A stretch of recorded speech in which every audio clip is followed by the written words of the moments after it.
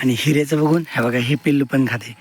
आणि बघिरा तर नमस्कार मित्रांनो, ही धनश्रीनी मला बादलला आणि त्या गुरांना परेशान करून ठेवले. शेडमधल्या गुरांना सारखी मला तर वाटतं कधी बादल हिला लात मारतोय की काय, पण ही काय ऐकतच नाही. इकडं ज्वारी उगवली, त्या ज्वारीमध्ये हे पावलं दिसतात ना, हे हिजेच आहेत. सारखी पळत राहते सोडल्यापासून. तर बघा त्या बादलच्या महाग पुढे जाते, पण बरं झालं बादल तिला काही करत नाही. नुसती उड्या मारते माझ्यासोबत. चल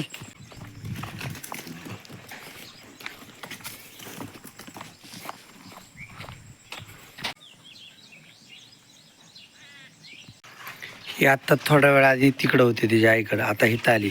तर त्या गौरांगला उठवणार ते थोड्या वेळाने, अशी मस्ती करून करून.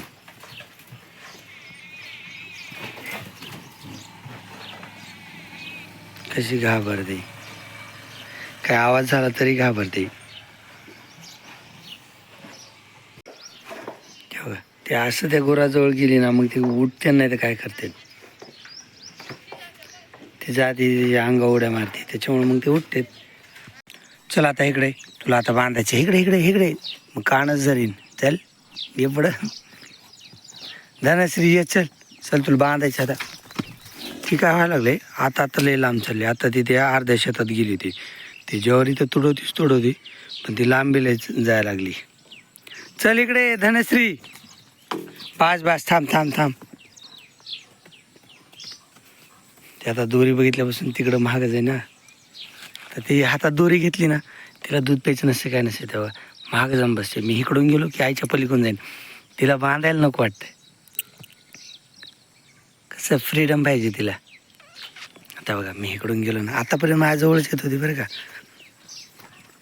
आता मी इकडून गेलो ना, ती तिकडे जाणार, पलीकडे जाणार. थांब, चल. आता धरली, आता हिला बांधतो. लय वेळ झाला रिकामी. एवढा ऊस मी भरून पॅक केलाय आणि बैलांना आज बांधून ठेवलं होतं. सारच्याला इथं बांधले, चिमण्याला तिथं बांधले आल्यापासूनच, कारण की ऊन पडलं होतं. म्हटलं टाईमपास नकोच, मोकळे सोडले ना तर तिकडे ज्वारीकडे जातात, नाही तर असे वर बांधायला लांब जातात. त्यामुळे बांधूनच ठेवलं होतं त्यांना. हे तुला नाही बाबा, तिला भाकर खायची सवय ना. मी आता आलो आहे बाजवर आपलं फराळ करायला. आज उपवास आहे ना, तर त्याच्यामुळे दही शाबानी मिरची आणली मी टुंडी लावायला. धनश्री, आज मी धनश्रीला पण थोडी कुट्टी ठेवली होती त्या पाठीमध्ये खायला. ती हिऱ्याला खाताना बघून लय ओढ घेते हिऱ्याकडं, सारखं हिऱ्याकडेच बघते. त्याच्यामुळे तिला पाठीत ठेवलं आहे. आणि कधी थोडा मेथी घास पण टाकत असतो. हिऱ्याला टाकल्यावर तिला थोडा टाकायचा, म्हणजे काय होतं, ती हिऱ्याला खाताना बघताना सारखं ओढ घेते हिऱ्याकडं. त्याच्यामुळं तिला पण खायला ठेवलं. आणि इथं सावली जरी तुम्हाला अशी वाटत असेल ना, थोडं ऊन येते, पण लय डार्क सावली आणि ऊन झाडाखाली जाणवतच नाही. शिवश्री, चला आता मी इथं झाडाखाली फराळ करतो. कारण की प्रॉब्लेम काय झाला आहे तुम्हाला सांगू का.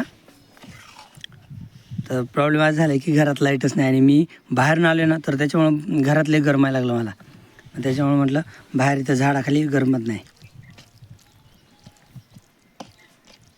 चला तर सुरू करतो. तर ह्याला आहे ना मी चरायला बांधलं आहे, तर चांगलं गवत खातो आहे. पण मी कसं बांधलं आहे, त्याचे पाय बांधू ना, तुम्हाला पाय दाखवतो कसे बांधले त्याचे. हे नाही, तेव्हा ते पलीकडचे पाय, मागचा पाय आणि पुढचा पाय असे थोडं अंतर ठेवून बांधलेत. याच्यापेक्षा जवळ बांधायला पाहिजे होते, पण तेवढं अंतर आहे नॉर्मली, कारण की तो त्याचं मोठी रस्सी पण झाडाला बांधली ना. पण तो असा बांधला तर मस्तीच करेल, त्याच्यामुळे त्याचे पाय बांधलेत व्यवस्थित मी. कारण पहिल्या मालकाने मला सांगितलेलंच आहे की त्याचे पाय बांध म्हणून. ज्यावेळेस तुला त्याला चरायला बांधायचं ना, तर त्यावेळेस त्याचे पाय बांध, दोन्ही साईडचे पाय असे एवढं अंतर ठेवून बांध असं म्हटले होते ते. त्याच्यामुळे त्याचे पाय व्यवस्थित मी बांधलेत आणि मगच त्याला चरायला बांधले. आणि त्याला काय बसायचं नाही, तर त्याच्यामुळे तो तेवढ्या तसे पाय बांधले तरी कम्फर्टेबल राहतात घोडे, कारण की त्याची लांबी कमी आणि छोटा घोडा आहे. आणि परत त्याला बसायचं तर नाही, मग त्याच्यामुळं तेवढ्या पायावर तो व्यवस्थित, बघा मागचा पाय सरळ ठेवतो, पुढचा पाय थोडा मागे ठेवतो आहे, म्हणजे तो बॅलन्स ॲडजस्ट करतो आहे आणि चारा खातो आहे.